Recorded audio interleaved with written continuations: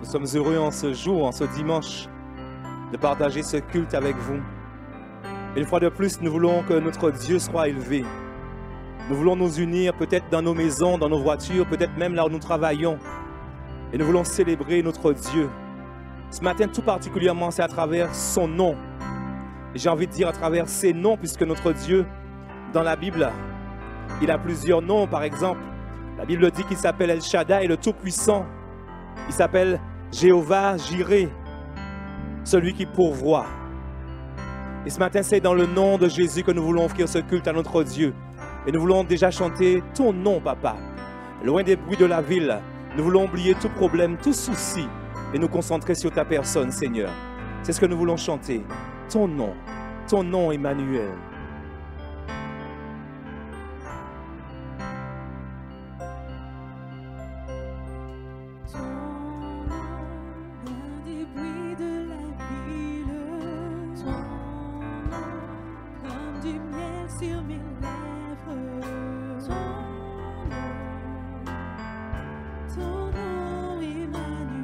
On va redire la même chose. Ton nom loin des bruits de la ville.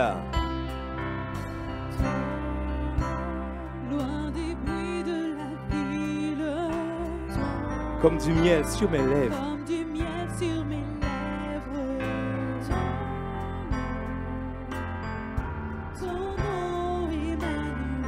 Son nom est comme un parfum de grand prix. C'est ce que nous voulons dire avec vous là où vous êtes.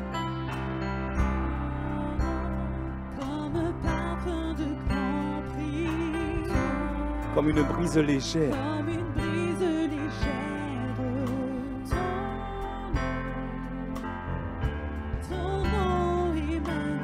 On va redire la même chose. Ton nom, loin des bruits de la ville.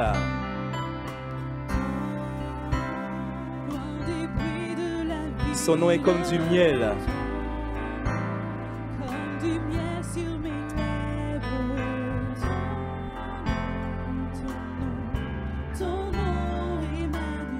Son nom est comme un parfum de grand prix. Chante avec nous ce chant. Ton nom comme un parfum.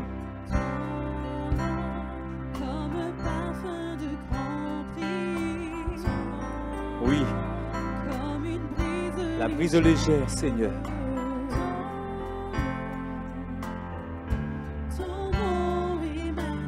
Et nous allons dire que notre Dieu, il est solide. Solide comme le roc. Il est fidèle, notre Dieu. Notre Dieu, il est beau, il est grand.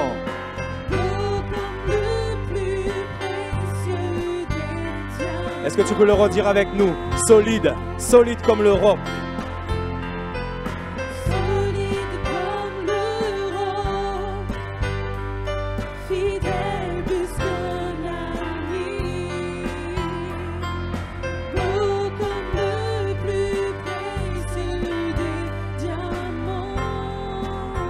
Nous allons dire encore, ton nom, loin des bruits de la ville.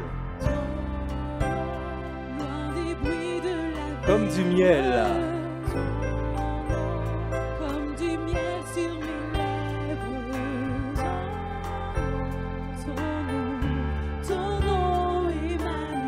Son nom est comme un parfum de grand prix. Un parfum de grand prix.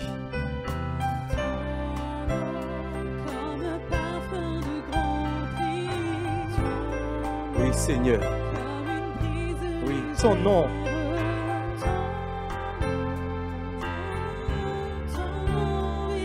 Et nous disons solide comme le roc. Notre Dieu, il est solide. Oh oui, Seigneur. El Shaddai. Jéhovah Jireh. Tu es Adonai, Seigneur. Chante avec nous, solide comme le roc.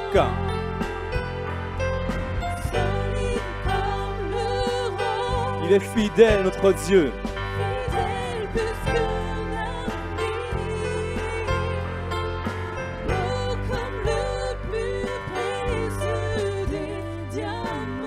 La musique continue, seulement la musique.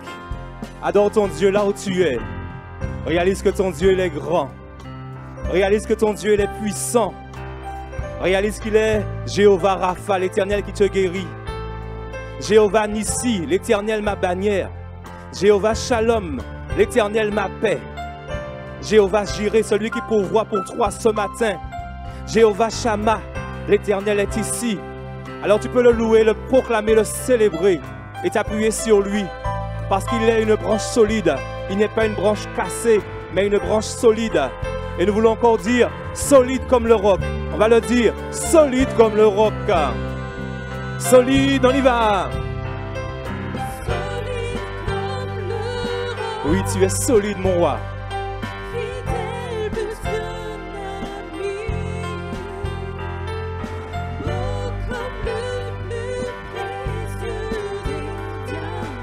Nous disons encore solide comme le roc.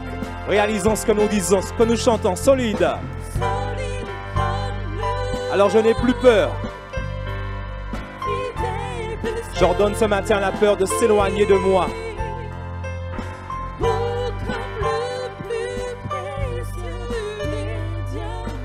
Et on va simplement dire ton nom, ton nom. Oui, Seigneur. Jésus. Chante avec nous ton nom. Alléluia. Ton nom. Encore une fois, ton nom. La Bible dit que dans le nom de Jésus, les malades sont guéris. Dans le nom de Jésus, ils saisiront des serpents. Dans le nom de Jésus, s'ils boivent quelques breuvages mortels, cela ne leur fera aucun mal. Dans le nom de Jésus, ils parleront de nouvelles langues. C'est ce que nous voulons proclamer sur ta vie, sur nos vies. Que dans le nom de Jésus, dans le nom de Jésus, dans le nom de Jésus, nous sommes plus que vainqueurs. Alléluia. Ton nom, Emmanuel. Alléluia. Merci Jésus. Merci Jésus. Nous voulons continuer ce temps d'adoration. Dans le livre d'Apocalypse, au chapitre 5, au verset 11, nous lisons « Je regardais et j'entendis la voix de beaucoup d'anges autour du trône, et des êtres vivants et des vieillards, et leur nombre était de myriades, et des milliers de milliers. Ils disaient d'une voix forte, « L'agneau qui a été immolé est digne de recevoir la puissance, la richesse, la sagesse, la force, l'honneur, la gloire et la louange. » Et ce matin, nous voulons offrir tout cela à l'agneau immolé. C'est ce que nous voulons chanter. Adorons.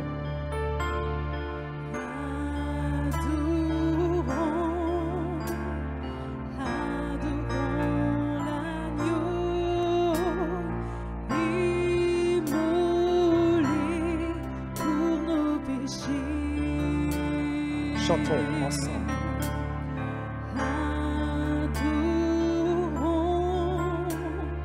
Adorons l'agneau immolé pour nos péchés. Parce que lui seul est digne, lui seul. Lui seul est digne de recevoir nos louanges. Lui seul est digne d'être adoré. Lui seul est digne de recevoir nos louanges. Lui seul est digne d'être adoré. Adorons Jésus, Jésus.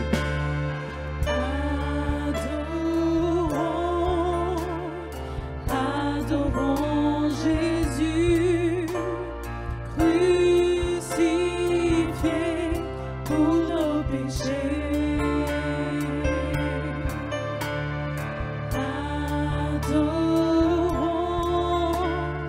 Adorons Jésus, crucifié pour nos péchés. Parce que lui seul est digne, Jésus.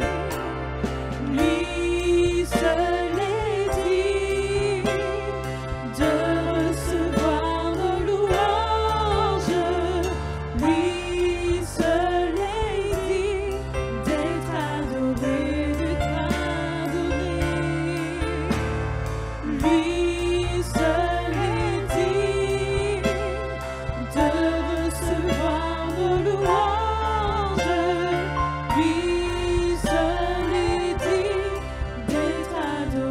encore adorer Jésus. Adorons Jésus, là où tu es.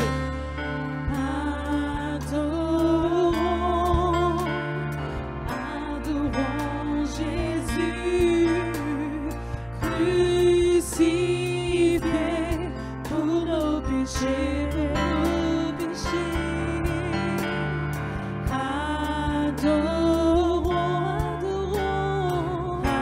Adorons Jésus, crucifié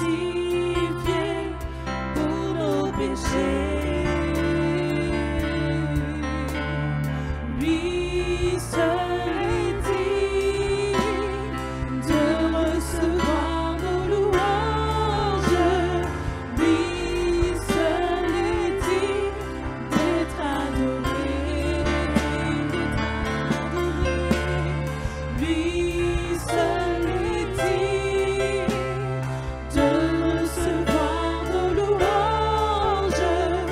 Lui seul est digne d'être adoré. Adorons le ressuscité. Adorons le ressuscité, Fils de Dieu, Fils bien-aimé. Adorons encore. Adorons le ressuscité, Fils de Dieu, Fils bien-aimé. Parce qu'il est digne, il est digne. Lui seul est digne de recevoir nos louanges. Lui seul est digne d'être adoré, Lui seul est digne de recevoir nos louanges. Lui seul est digne d'être adoré. Lui seul est digne, lui seul est digne. Lui seul est digne de recevoir nos louanges. Lui seul est digne d'être adoré. Lui seul est digne. Lui seul est digne de recevoir nos louanges. Lui seul est digne d'être adoré. Tandis que la musique continue, adorons-le, adorons-le. Oui Seigneur, oui Seigneur. Adore ton Dieu là où tu es. Et si tu es baptisé de l'Esprit, alors adore-le en langue nouvelle.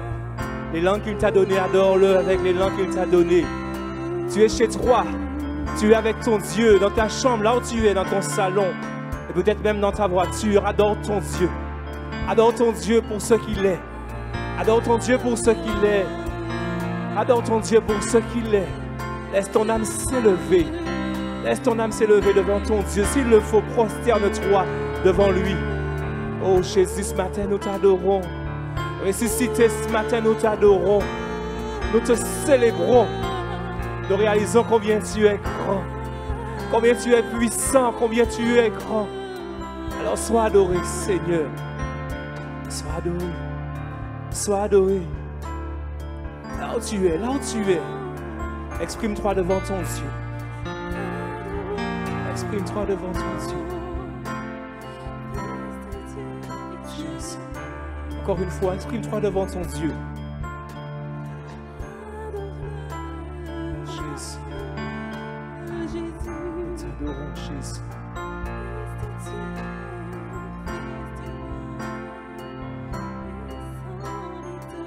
Et nous disons, lui seul est digne.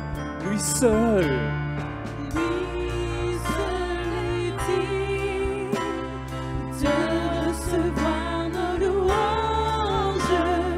Lui seul est digne d'être adoré. Dis-le avec nous. Lui seul est digne. Lui seul est digne de recevoir nos louanges.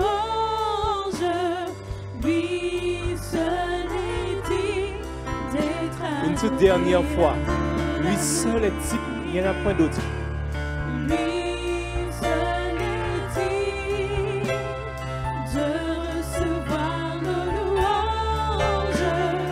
Lui seul est digne d'être adoré.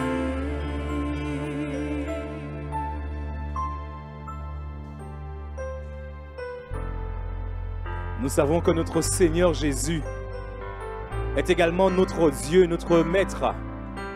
Et la Bible, quand elle parle de Jésus, elle dit qu'il s'appelle Emmanuel, ce qui signifie Dieu est parmi nous. Un Dieu si grand est venu habiter parmi nous et même en nous. C'est ce que nous voulons chanter. Emmanuel, il s'appelle Emmanuel. Alors là où tu es chez toi, chante avec nous ce beau cantique. Emmanuel.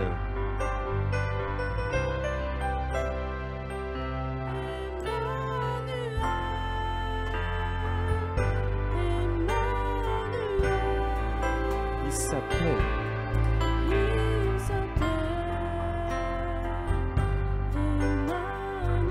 Encore une fois, Emmanuel.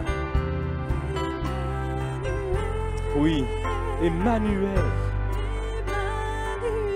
Il s'appelle Emmanuel.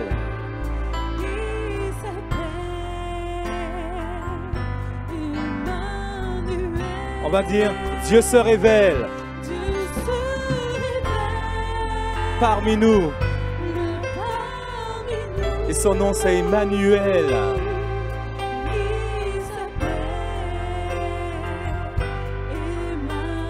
Encore une fois, Dieu se révèle. Notre Seigneur s'est révélé à travers Jésus. Merci Jésus.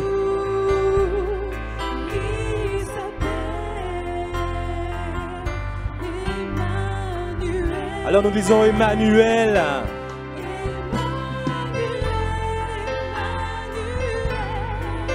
Laisse ton âme s'élever devant Emmanuel ce matin.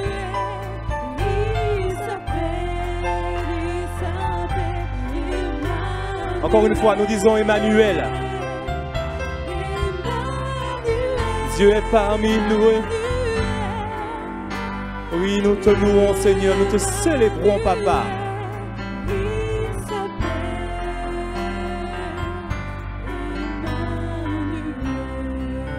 La musique continue. Notre Dieu est venu habiter parmi nous. Le roi des rois, le Seigneur des seigneurs a quitté son trône de gloire. Et d'ailleurs, la Bible dit qu'il a toujours voulu habiter avec l'homme. Et que c'est le péché qui nous a séparés de lui. Mais il a offert Jésus, son Fils, afin de nous réconcilier avec lui, pour que nous soyons en communion avec lui ce matin. Alors nous voulons te bénir, Jésus. Nous voulons te bénir, Emmanuel.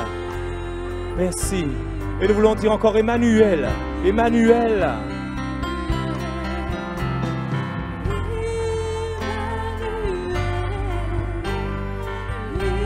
Chante avec nous là où tu es.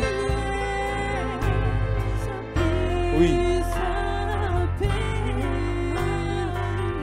Nous disons Dieu se révèle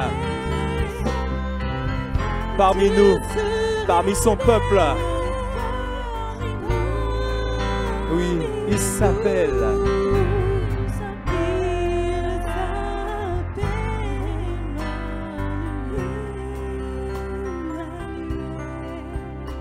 Merci Jésus. Merci Jésus.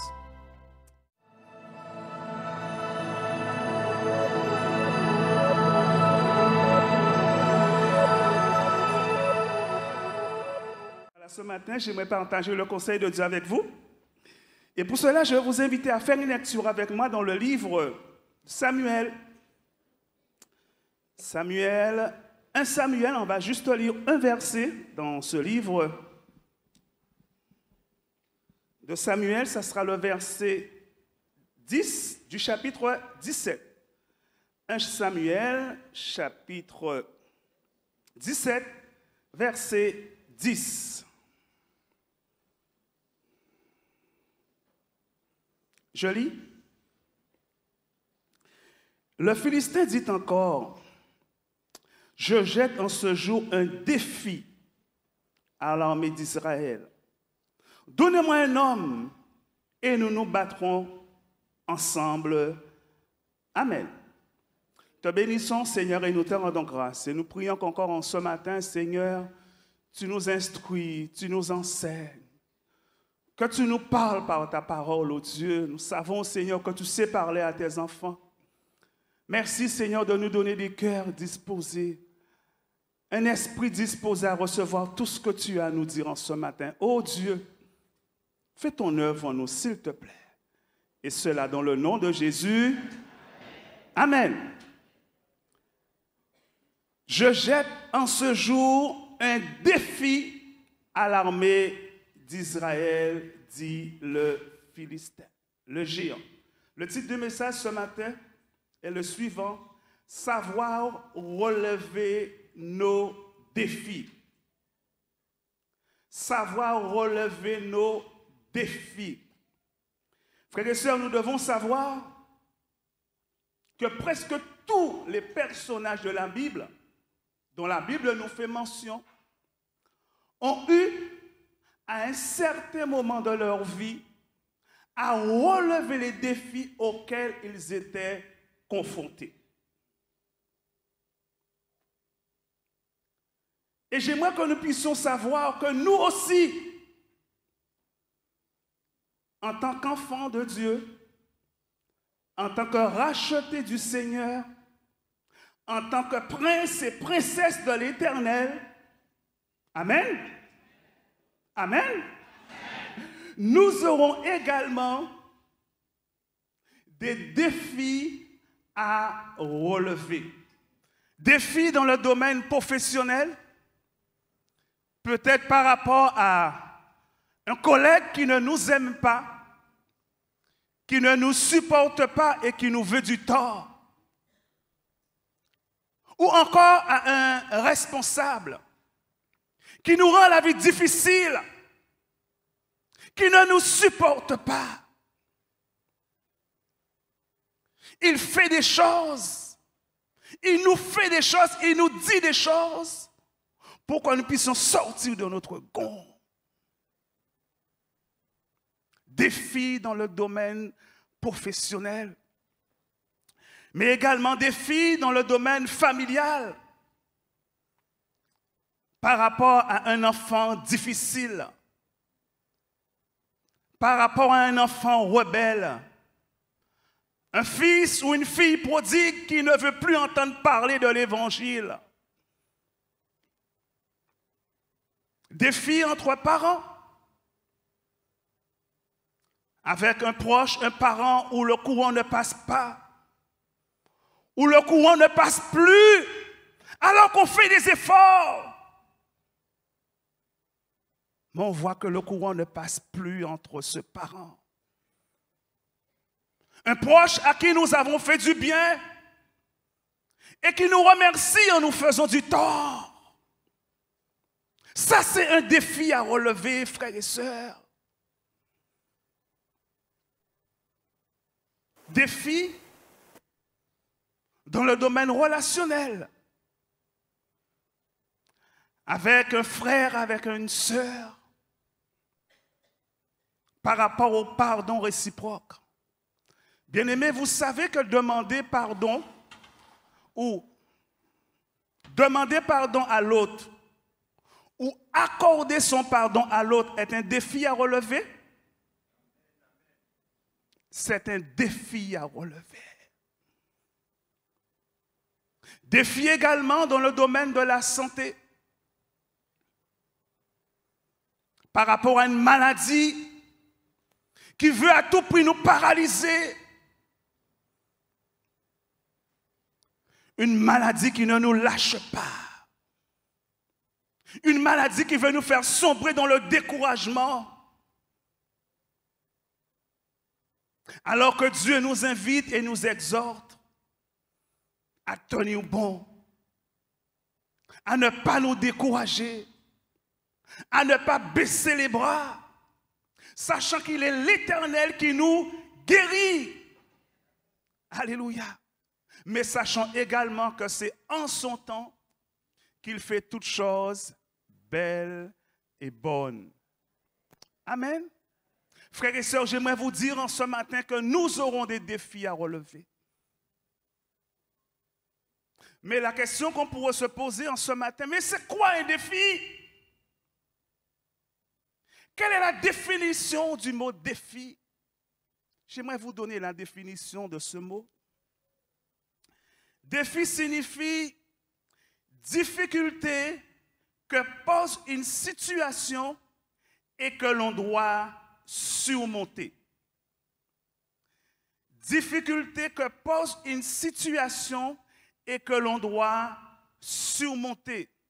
Et ce matin, nous allons partager ensemble quelques personnages de la Bible qui ont été confrontés à des défis. Déjà, nos premiers parents, Adam et Ève, étaient face à un défi. On va le lire dans le livre de la Genèse, Genèse chapitre 3, le premier livre de la Bible.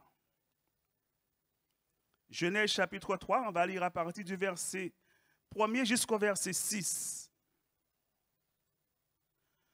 Le serpent était le plus rusé de tous les animaux des champs que l'Éternel avait fait. Et il dit à la femme, Dieu a-t-il réellement dit, vous ne mangerez pas de tous les arbres du jardin? La femme répondit au serpent, nous mangerons du fruit des arbres du jardin. Mais quant au fruit de l'arbre qui est au milieu du jardin, Dieu nous a dit, vous n'en mangerez point et vous ne toucherez point, de peur que vous ne mourriez.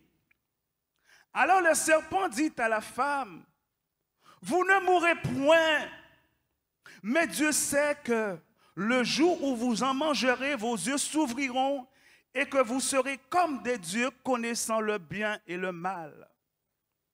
La femme vit que l'arbre était bon à manger et agréable à la vue et qu'il était précieux pour ouvrir l'intelligence. Elle prit de son fruit et en mangea. Elle en donna aussi à son mari qui était auprès d'elle et il en mangea. Ici, dans cette première histoire de la création, nos premiers parents, Adam et Ève, étaient face à un défi. Soit obéir à Dieu, soit désobéir à Dieu. Dieu leur a dit, vous n'en mangerez pas. Le serpent ici représenté par le diable dit, vous pouvez manger. Dieu a dit, vous mourrez si vous allez manger ce fruit. Le serpent l'a dit, ou le diable a dit, vous ne mourrez pas.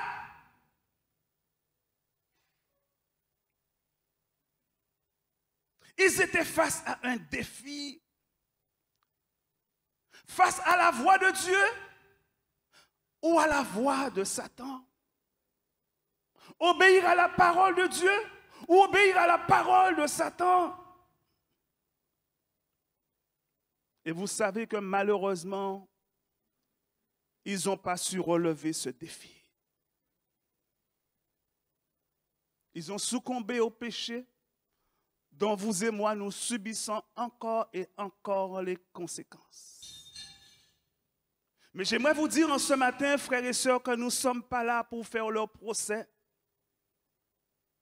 Nous ne sommes pas là non plus pour leur jeter la pierre. Car bien souvent, vous et moi, nous nous trouvons face à ce genre de défis auxquels ils étaient confrontés. Lorsque Dieu nous dit, lorsque Dieu nous demande quelque chose, et lorsque le diable, lui, il nous dit, il nous influence et nous incite à faire des choses. Je prends un exemple. Lorsque Dieu nous dit, pardonnez-vous réciproquement, comme le Seigneur nous a pardonné, mais pardonnons-nous réciproquement. Qu'est-ce que le diable nous incite à dire? Jamais voir ça. En PC des bails. À pas moi qui n'y tort, c'est qui n'y tort. En péché à baisser mon bail. Voilà la voie du diable. Et qu'est-ce que nous faisons le plus souvent, frères et sœurs?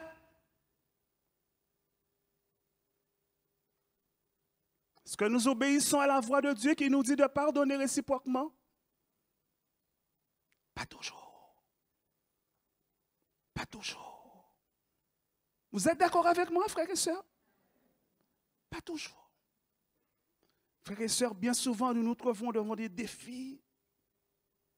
Et pourtant, on commence à raisonner. Et pourtant, nous connaissons très bien ce verset qui nous dit que l'humilité précède la gloire. Et pourtant, on a du mal à s'humilier. On ne veut pas perdre la face devant l'autre. C'est pour ça que je vous dis, frères et sœurs, que nous ne sommes pas là pour leur jeter la pierre. Car bien souvent, nous nous trouvons devant ce genre de défi et malheureusement, nous ne savons pas toujours relever le défi. Nous allons prendre un deuxième exemple, frères et sœurs. Dans le livre de la Genèse, toujours au chapitre 6 et au verset 11 à 14. Genèse chapitre 6, nous allons nous arrêter un instant sur le livre de la Genèse pour vous prendre quelques exemples par rapport à ce mot défi. Genèse chapitre 6, verset 11 à 14, je lis. La terre était corrompue devant Dieu, la terre était pleine de violence. Dieu regarda la terre et voici, elle était corrompue car toute chair était avait corrompu sa voie sur la terre. Alors Dieu dit à Noé, la fin de toute chair est arrêtée par devant moi, car ils ont rempli la terre de violence. Voici, je vais les détruire avec la terre. Fais-toi une arche de bois de gopher. Tu disposeras cette arche en cellules et tu l'enduiras de proie en dedans et au dehors et en dehors. Frères et sœurs, nous ne savons pas si Noé était marin-pêcheur ou s'il était charpentier de métier. En tout cas, Dieu ne lui demande pas de faire un petit navire ou un petit bateau, mais Dieu lui demande de faire un énorme bateau, un énorme navire. Et Dieu ne lui donne pas toute une équipe pour accomplir cet énorme ouvrage. Bien-aimés, j'aimerais déjà que nous puissions savoir que lorsque Dieu nous demande quelque chose, demande de faire quelque chose, Dieu nous donne toujours les moyens, Dieu nous donne toujours l'intelligence, Dieu nous donne toujours la sagesse, Dieu nous donne toujours la capacité de l'accomplir. Amen. Lorsque Dieu nous dit ou nous demande de faire quelque chose, il nous donne toujours les moyens, l'intelligence, la sagesse, la capacité de l'accomplir. Regardez ce que nous dit 2 Corinthiens chapitre 3, verset 5. Ce n'est pas à dire que nous soyons par nous-mêmes capables de concevoir quelque chose comme venant de nous-mêmes. Et c'est la fin du verset qui nous intéresse particulièrement. Notre capacité, au contraire, vient de Dieu. Notre capacité, au contraire, vient de Dieu. Bien-aimés, j'aimerais que nous puissions savoir que toutes les choses extraordinaires, que tous les exploits que nous pourrons faire, que toutes les choses grandioses que nous pourrons réaliser, tout cela est toujours la grâce de Dieu. Ce sera toujours l'effet de la grâce de Dieu. Même si les personnes inconverties ne le comprennent pas, Même si les personnes inconverties ne l'avouent pas. Même si les personnes inconverties ne sont pas conscients de ces choses. Mais nous qui sommes enfants de Dieu, lorsque nous faisons des choses grandioses et extraordinaires, disons-nous toujours que c'est l'effet de la grâce de Dieu. Notre capacité, dit l'apôtre, vient de Dieu. Frères et sœurs, j'aimerais vous dire que Noé, à ce moment précis, était face à un défi. Et certainement, sa génération, excepté ses proches, l'ironisait, se moquait de lui. Puisque, en fait, Dieu, il a donné cette révélation à Noé seul. Et Noé devait faire passer ce message à toute sa génération. Mais on n'a pas cru en Noé. Ils ont pris Noé pour un fou. Ils ont pris Noé pour un déréglé. Quelqu'un qui a perdu la raison. Mais j'aimerais vous dire que Noé était face à un défi. Qui croit, qui écoutait? Il a entendu la voix de Dieu.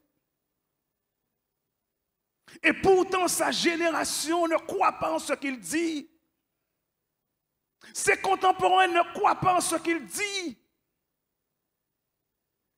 Noé était face à un défi, frères et sœurs. Il devrait aller jusqu'au bout par rapport à ce que Dieu lui a dit. Soit il se laissait emporter par les découragements et par les critiques, les ironies de ses contemporains, soit il écoutait la voix de Dieu. Mais heureusement qu'il a su résister et aller jusqu'au bout de sa mission. Heureusement qu'il a su garder la voix de Dieu, la pensée de Dieu, la volonté de Dieu et aller jusqu'au bout de sa mission. Frères et sœurs, sachant que vous et moi, nous sommes et nous serons certainement confrontés à des critiques, à des ironies et peut-être même au mépris face à ce que Dieu va nous demander, face à certaines choses que Dieu va exiger de nous. Est-ce que nous allons nous laisser emporter par les ironies et les moqueries des autres, ou est-ce que nous allons obéir à la parole de Dieu? C'est une question que chacun doit répondre pour elle-même. Mais soyons toujours rassurés, frères et sœurs, que si Dieu est avec nous, nous n'avons rien à craindre. Ou qui sera contre nous? Le psaume 118 et le verset 6 nous dit ceci. Le psaume 118, le verset 6. L'Éternel est pour moi. Et puisque l'Éternel est pour moi, je ne crains rien. Alléluia. Et il poursuit et dit, mais que peuvent me faire les hommes? Bien-aimés, j'aimerais vous dire que quand nous avons Dieu avec nous, nous n'avons rien à craindre. Lorsque nous avons Dieu avec nous, nous avons la majorité. Alléluia. Noé avait Dieu avec lui. Alléluia. Et quel que soit ce qui s'est passé, ce qu'on lui a dit, mais comme il avait Dieu avec lui, il a su résister et aller jusqu'au bout.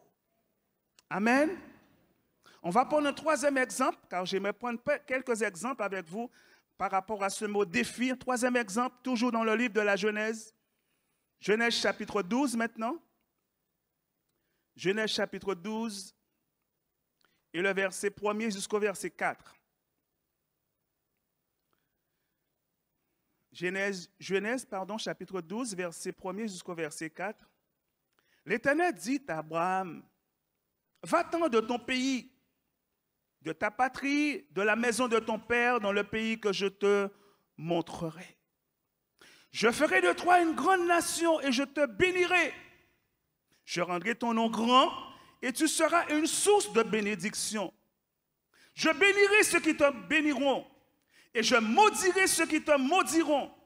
Et toutes les familles de la terre seront bénies en toi. Verset 4. Abraham partit comme l'Éternel lui avait dit, et Lot partit avec lui. Abraham était âgé de 75 ans lorsqu'il sortit de Charan. Amen. Bien-aimés, j'aimerais vous dire qu'à ce moment précis de la vie d'Abraham, il était un idolâtre. Quelqu'un qui croyait en plusieurs dieux, en plusieurs choses. Et Dieu lui dit au verset 1er,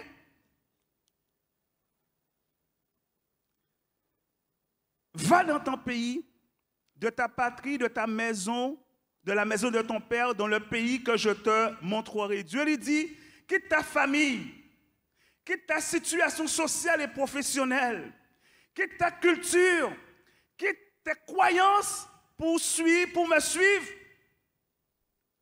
Mais pour suivre qui et pour aller où? Abraham ne connaissait pas Dieu à ce moment de sa vie. Il ne connaissait pas Dieu. Il devrait quitter sa parenté. Il devrait quitter certains membres de sa famille pour suivre ce Dieu qui lui a parlé. Bien-aimés, j'aimerais vous dire qu'à ce moment précis, Abraham était face à un défi. Parce que Dieu s'adresse à lui seul. Mais il a fallu qu'il convainc sa femme, mais aussi les autres membres de sa parenté. N'est-ce pas vrai?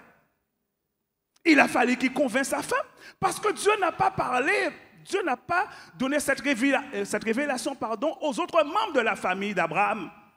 C'est à Abraham seul que Dieu s'adresse. Et certainement, ils ont dit à Abraham, mais es-tu sûr? Es-tu certain de ce que tu nous dis là, Abraham? Mais nous devons partir pour suivre qui? Mais c'est quoi son nom? Et où est-ce qu'il nous emmène? Et pourquoi c'est à toi seul qu'il s'adresse? Ce sont des questions qu'ils ont posées à Abraham. Parce qu'Abraham a reçu la révélation de Dieu, mais cette révélation, Dieu ne l'a pas donnée aux autres membres de la famille d'Abraham. Abraham était face à un défi parce qu'il ne connaissait pas Dieu à ce moment de sa vie. Et Dieu lui dit, laisse tout pour me suivre dans un pays que je te montrerai. Et nous bénissons Dieu de ce que Abraham a obéi. Abraham a obéi malgré peut-être les questions qu'on lui a posées où il n'avait pas de réponse. Mais il a su obéir à la voix de Dieu. Abraham lui aussi a su tenir bon et aller jusqu'au bout avec Dieu, qui au départ était un inconnu pour lui. Bien-aimés, lorsque nous lisons ces histoires, c'est tellement facile de lire, vous savez. On est tellement habitués à lire ces genres d'histoires que pour nous, c'est normal et c'est naturel. Mais vous savez, lorsque Dieu se révèle à vous, il vous dit des choses à vous. Et ces choses-là ont une influence sur les membres de votre famille. Et vous devez, avec la grâce de Dieu et par l'Esprit de Dieu, convaincre les membres de votre famille que c'est la voie de Dieu, qu'il faut aller dans cette direction-là. J'aimerais vous dire que vous êtes face à un défi. Face à un défi que vous devez relever. Et Abraham a su relever ce défi. Dire aux membres de sa famille, mais je ne sais pas son nom. Être franc parce qu'on doit être franc. Je ne connais pas le nom de ce Dieu-là. Je ne connais pas non plus où est-ce qu'il m'emmène, où est-ce qu'il nous emmène. Mais cependant, je vous demande de me suivre. Je vous demande de ce que vous aussi, vous obéissez à sa voix. Et c'est ce qui s'est passé. Abraham est parti avec sa famille. Amen. Bien-aimés, j'aimerais prendre un autre exemple avec vous, juste pour vous montrer, frères et sœurs, que bien souvent nous nous trouvons face à des défis où ces hommes de Dieu se sont trouvés face à des défis auxquels ils devaient relever. Un autre exemple dans le livre de la Genèse, Genèse chapitre 22, versets 1 à 18. Genèse chapitre 22, versets 1 à 18.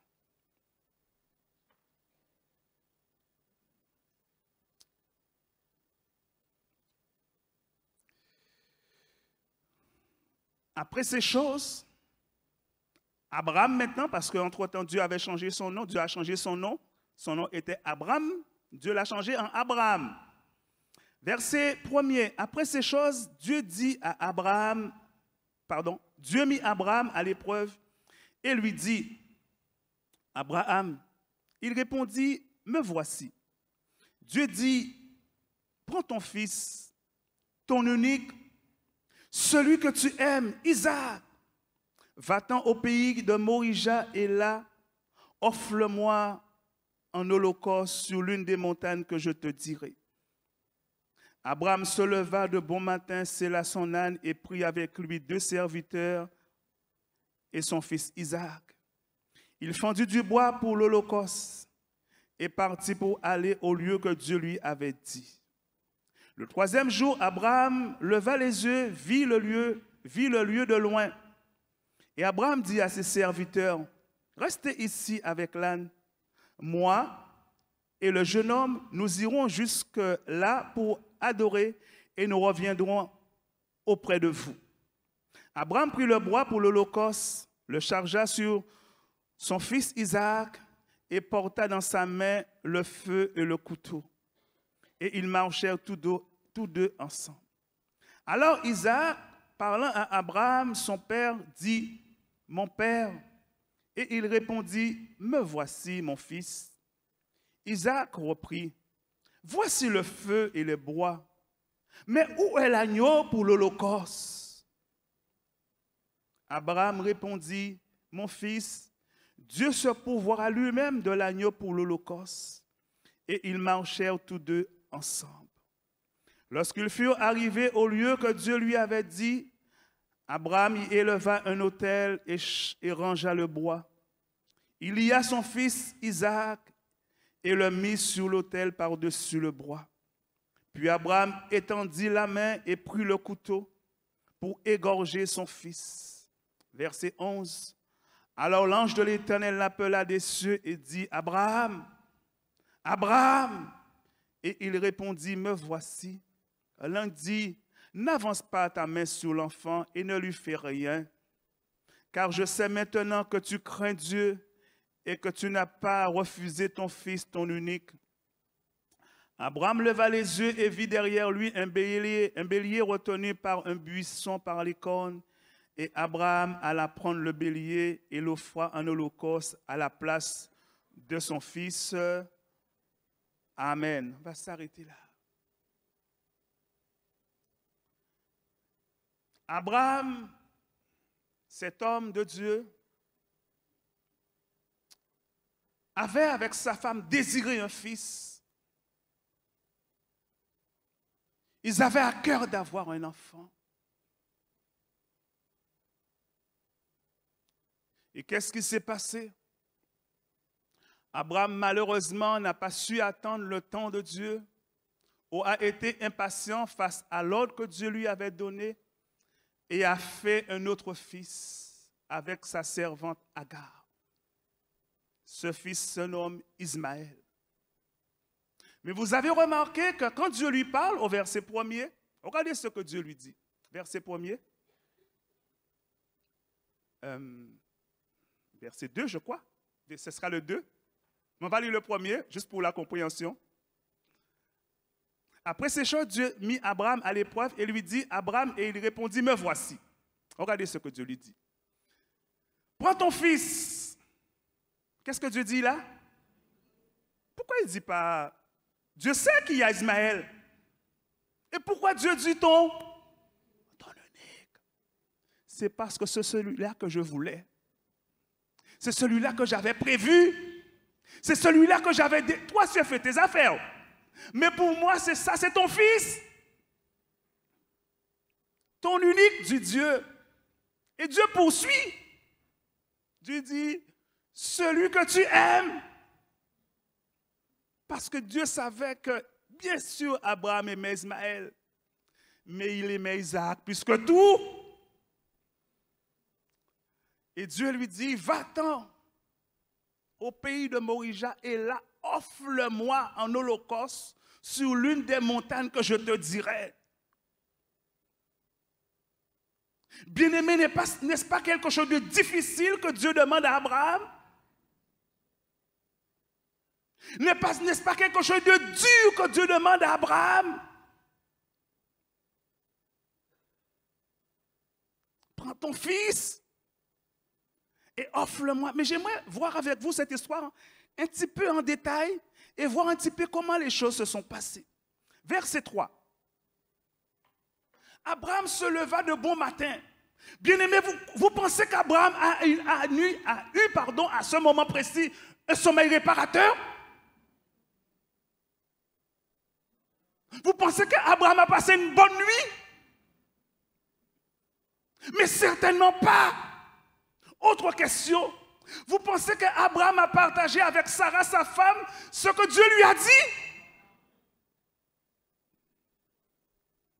Mais non.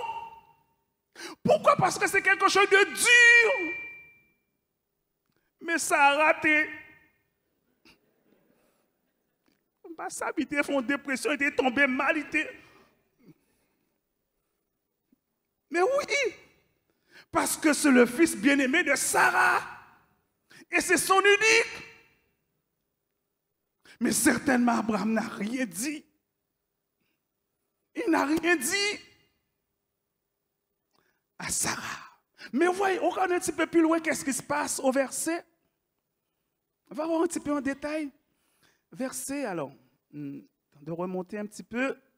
Versets 4 et 5.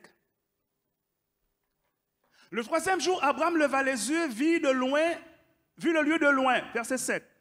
Et Abraham dit à ses serviteurs, restez ici avec l'âne, moi et le jeune homme, nous irons jusque-là pour adorer. Et qu'est-ce qu'il dit après? Est-ce que c'est une vérité ça? Mais non, ce n'est pas une vérité. Abraham contourne la chose, il contourne la vérité. Il ne dit pas les choses, Abraham, parce qu'il ne peut pas dire les choses. C'est quelque chose de trop difficile. Il ne peut pas le dire, Abraham. Mais ce qui est encore plus fort, c'est le verset 7. Le verset 7. Alors Isaac, parlant à Abraham, son père, dit, mon père, et il répondit, me voici, mon fils. Isaac reprit, voici le feu et le bois, mais où est l'agneau pour l'Holocauste?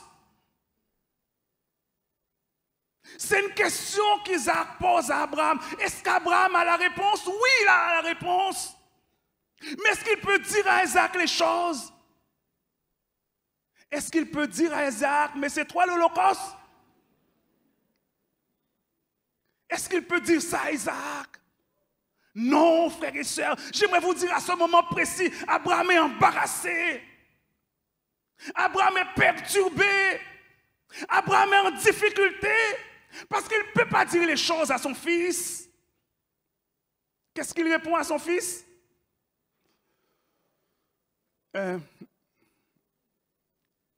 Verset suivant. Abraham répondit, mon fils, Dieu se pourvoira lui-même de l'Holocauste, de l'agneau pour l'Holocauste. C'est la réponse à la question? Est-ce que c'est une bonne réponse? Non. J'aimerais vous dire qu'à ce moment précis, Abraham ne savait pas que Dieu allait pourvoir. D'accord? Nous, on a lu, Dieu savait ce qu'il allait faire. Mais Abraham ne savait pas. Mais Abraham était embarrassé face à cette question. Et il a comme contourné la chose, mais pas de problème. Bon Dieu est grand et qui agit. Mais à part ça, si vous n'a demandé, il m'a dit, mais oh agneau là. Abraham savait que l'agneau était Isaac.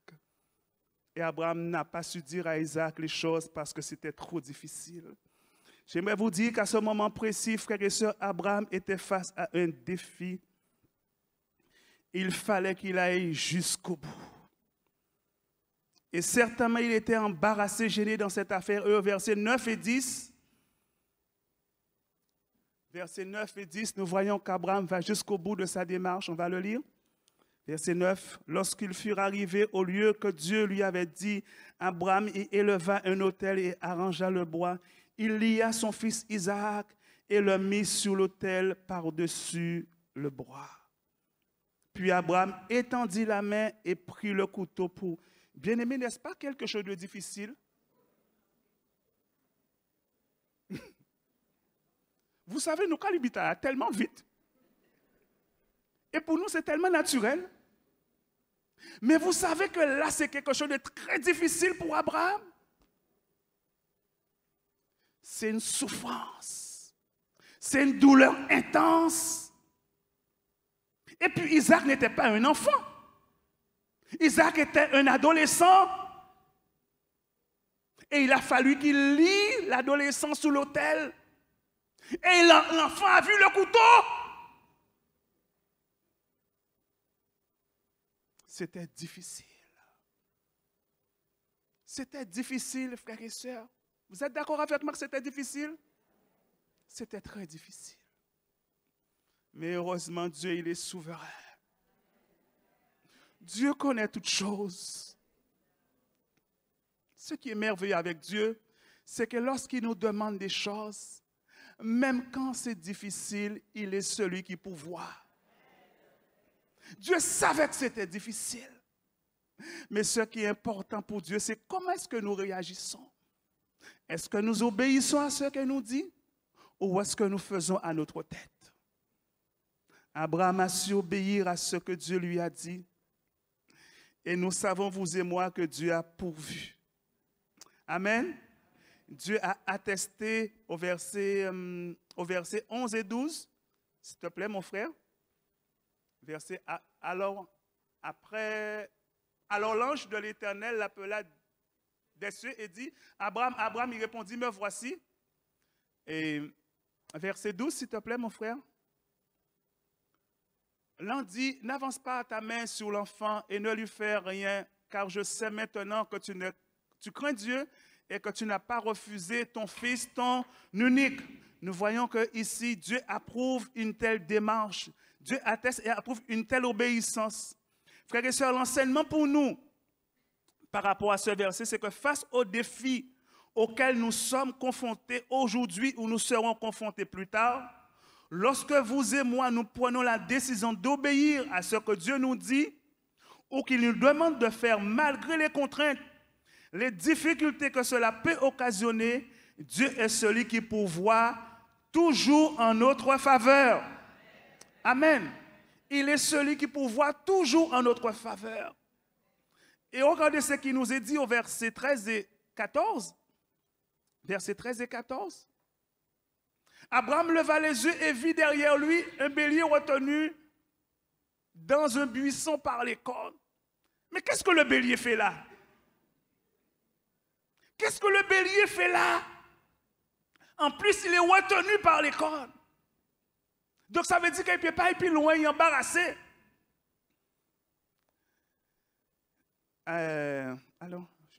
Et Abraham alla prendre le bélier et l'offrit en l'holocauste à la place de son fils. Et verset 14 pour terminer, Abraham donna à ce lieu le nom de Jéhovah.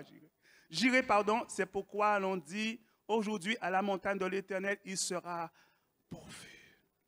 Bien-aimés, j'aimerais vous dire que lorsque Dieu nous demande de faire quelque chose, même quand c'est difficile, sachons que Dieu a déjà tout organisé. Sachons que Dieu a déjà tout planifié. Abraham ne savait pas. Mais Dieu regardait comment est-ce qu'il réagissait. Mais Dieu avait déjà tout organisé. Dieu avait déjà tout planifié. Vous pensez que c'est un hasard que le bélier soit retenu par les cornes? Non, avec Dieu, il n'y a pas d'hasard. Dieu avait déjà tout organisé. Dieu avait déjà tout planifié. Amen. Amen. On va prendre un dernier exemple. On peut prendre un dernier? On va prendre un dernier exemple très rapidement. Exode chapitre 4, versets 1 à 4. Exode, nous sommes maintenant dans le livre de l'Exode. Exode chapitre 4, versets 1 à 4. Je lis. Moïse répondit et dit, voici, ils ne me croiront point, et ils n'écouteront point ma voix. Mais ils diront, l'Éternel ne t'est point apparu. L'Éternel lui dit, qu'y a-t-il dans ta main? Il répondit, une verge. L'Éternel dit, jette-la par terre. Et il la jeta par terre et elle devint un serpent. Moïse fuyait devant lui. L'Éternel dit à Moïse, étends ta main et saisis-le par la queue. Et il étendit la main et le saisit, et le serpent redevint une verge dans sa main. Amen. Dieu confie à Moïse une mission. Une mission ô combien difficile. Pourquoi? Parce que Moïse avait déjà séjourné en Égypte et il connaît qui est Pharaon et vers qui Dieu l'envoie. Et Moïse avait peur. Moïse ne voulait pas y aller. Et comme Dieu est Dieu, alors Dieu lui donne des garanties. Dieu lui dit, alors, ce qu'on va faire, Moïse, je vais te prouver que je serai avec toi. Qu'est-ce que tu as dans la main? Un serpent, un bâton. Jette-le par terre, ce bâton. Mais il jette le bâton par terre. Et tout à coup, le bâton devient un serpent. Mais que fait Moïse? Que fait Moïse devant le serpent? Qu'auriez-vous fait, vous? Vous ne voulez pas me dire qu'a fait Moïse? Qu'auriez-vous fait? Moïse a pris la fuite.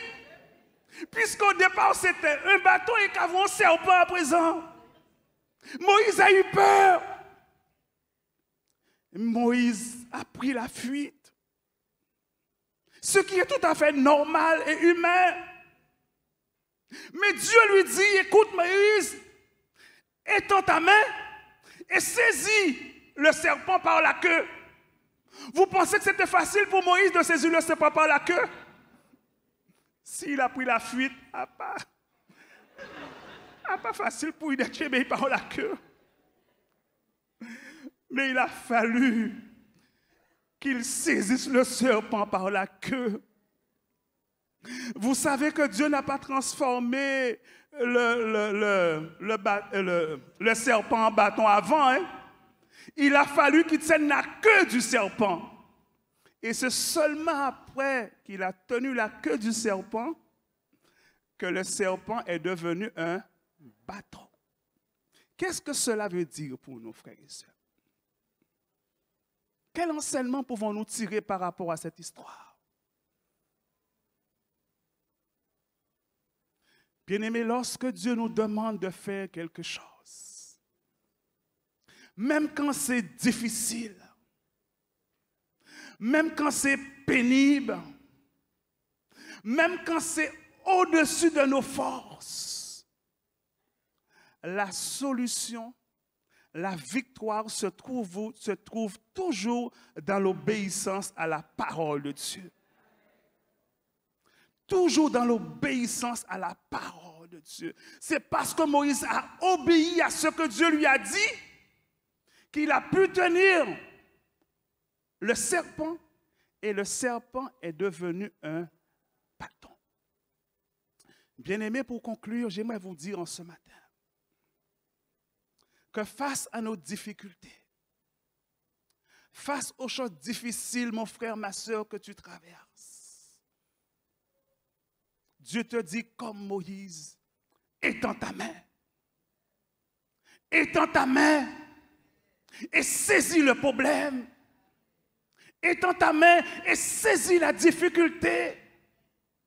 Étends ta main et saisis la guérison.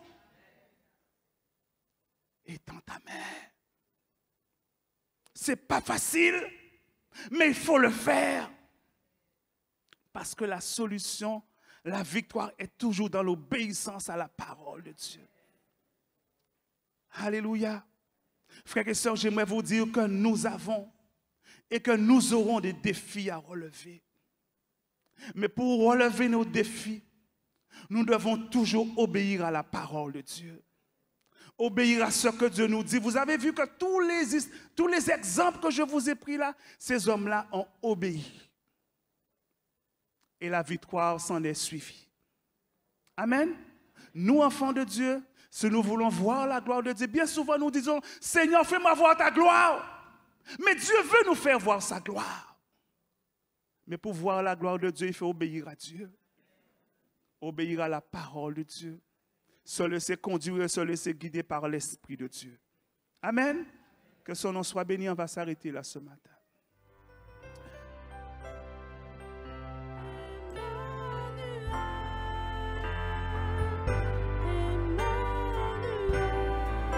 Il s'appelle.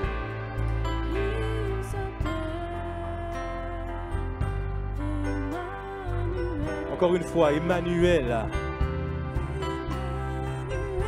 Oui, Emmanuel. Il s'appelle Emmanuel.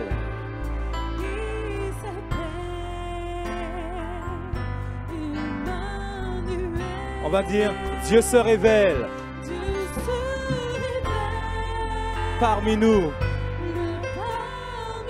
Et son nom c'est Emmanuel.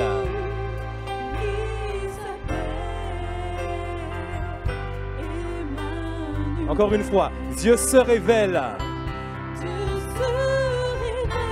Notre Seigneur s'est révélé à travers Jésus. Merci Jésus.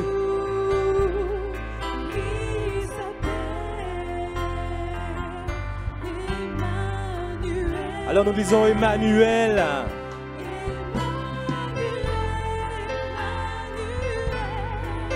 Laisse ton âme s'élever devant Emmanuel ce matin.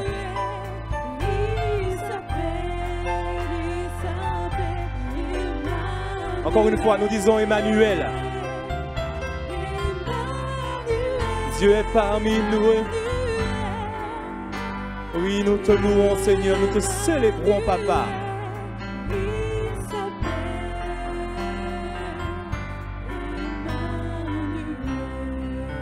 La musique continue.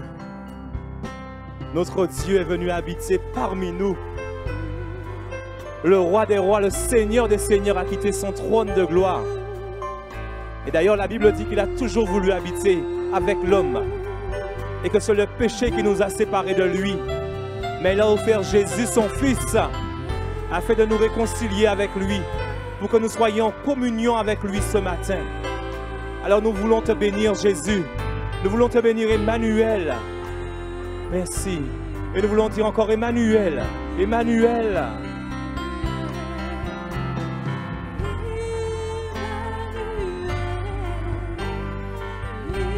Chante avec nous là où tu es. Oui.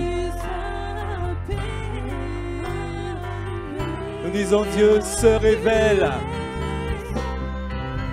parmi nous, parmi son peuple. Oui, il s'appelle.